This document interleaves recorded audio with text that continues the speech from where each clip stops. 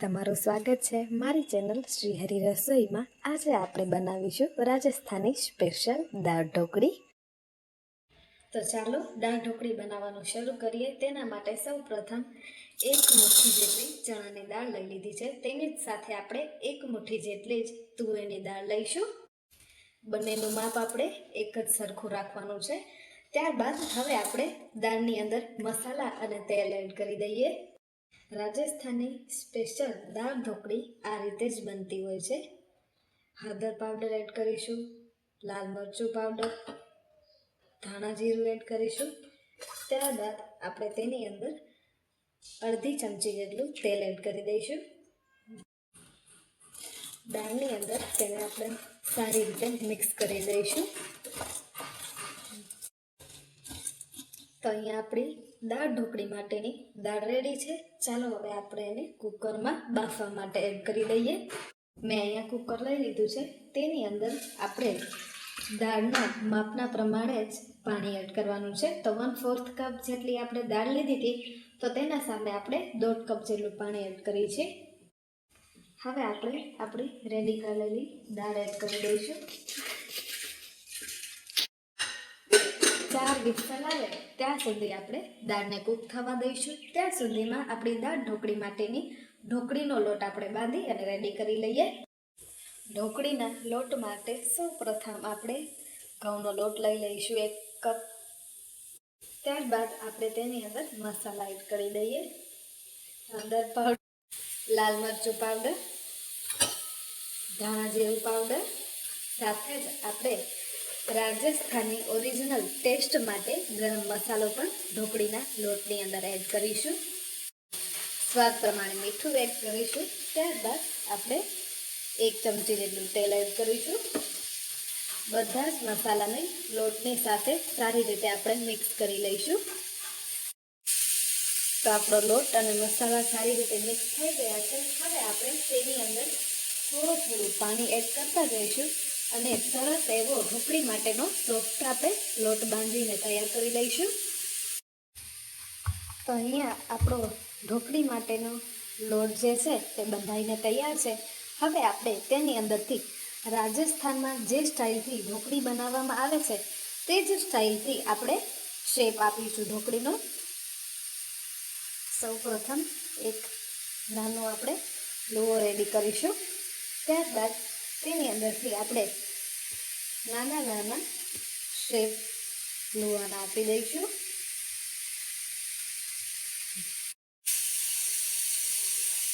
આપણે જે રીતે પૂરી માટેનો લોણો બનાવી અને તૈયાર કરી છે તે જ રીતે આપણે ગોળ શેપ આપી અને ત્યારબાદ વચ્ચે આંગળી વડે પ્રેસ કરવાનું। એક કરતાં બધી જ ઢોકળીને આપણે આ પ્રકારનો શેપ આપી અને રેડી કરી લેવાની છે। ખૂબ જ સહેલો છે ઢોકળીને રાજસ્થાની શેપ આપવો।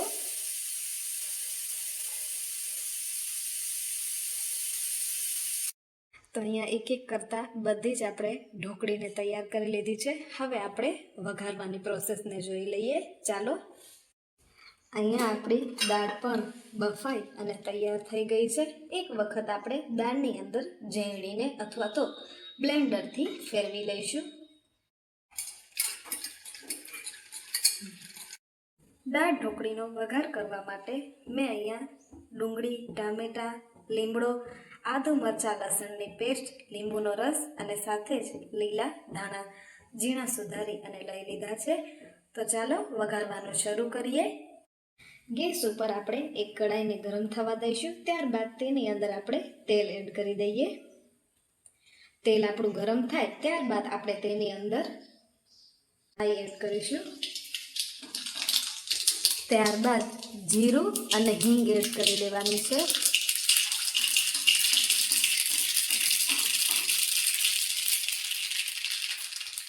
હવે આપણે તેની અંદર મીઠા લીમડાના પાન અને આદુ મરચાં લસણની પેસ્ટ એડ કરીશું।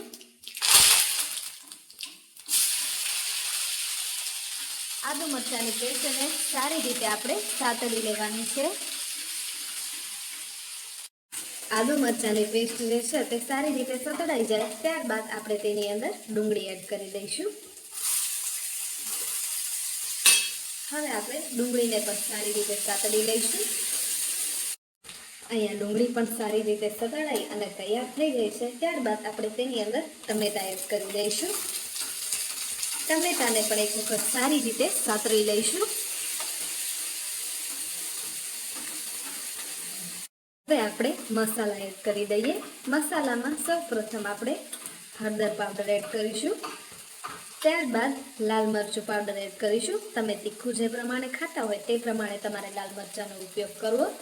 ત્યારબાદ ધાણા જીરું પાવડર સાથે જ અડધી ચમચી જેટલો ગરમ મસાલો એડ કરીશું.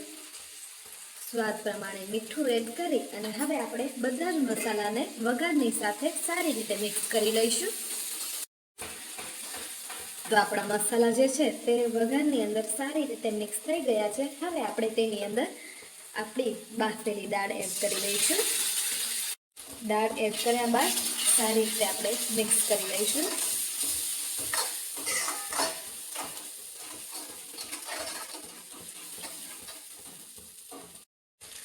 હવે આપણે પાણી એડ કરી દેવાનું છે. દાળ ઢોકળીની અંદર પાણી તમે તમારી જરૂરત પ્રમાણે પણ એડ કરી શકો છો. તમારે ઘાટી દાળ ઢોકળી જોઈતી હોય તો તમારે ઓછું પાણી એડ કરવાનું અને પતલી અને એકદમ પરફેક્ટ દાળ ઢોકળી માટે બરાબર રીતે તમારે પાણી એડજસ્ટ કરી અને એડ કરવાનું. તો હવે આપણે દાળ આપણી વઘારી અને રેડી છે તેની અંદર ઢોકળી એડ કરી દઈએ. આપણી તૈયાર કરેલી એક એક કરતાં બધી જ ઢોકળીઓને આપણે દાળની અંદર એડ કરી દેવાની છે.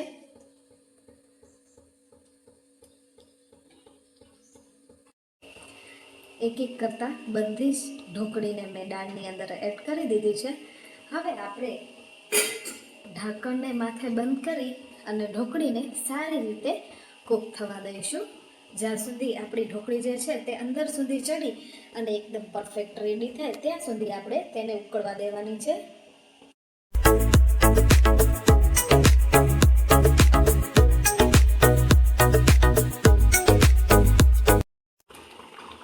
તો અહીંયા આપણી દાળ ઢોકળી જે છે તે એકદમ પરફેક્ટ કૂક થઈ અને રેડી થઈ ગઈ છે. હવે આપણે ગેસની ફ્લેમને ઓફ કરી દઈશું. ગેસની ફ્લેમ આપણે બંધ કર્યા બાદ જ લીંબુનો રસ એડ કરવાનો છે. લીલા ધાણા એડ કરી દઈશું. સ્પેશિયલ રાજસ્થાની હોટલ સ્ટાઇલ દાળ ઢોકળી બની અને રેડી થઈ છે. ગરમા ગરમ સર્વ કરીશું. ગરમા ગરમ દાળ ઢોકળીને સર્વ કરી લઈશું.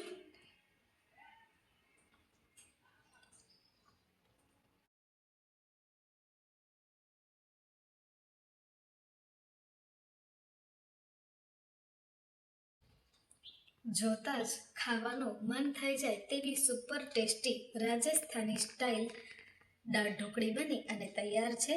એક વખત આ રીતે દાળ ઢોકળી બનાવી અને જરૂરથી ટ્રાય કરજો.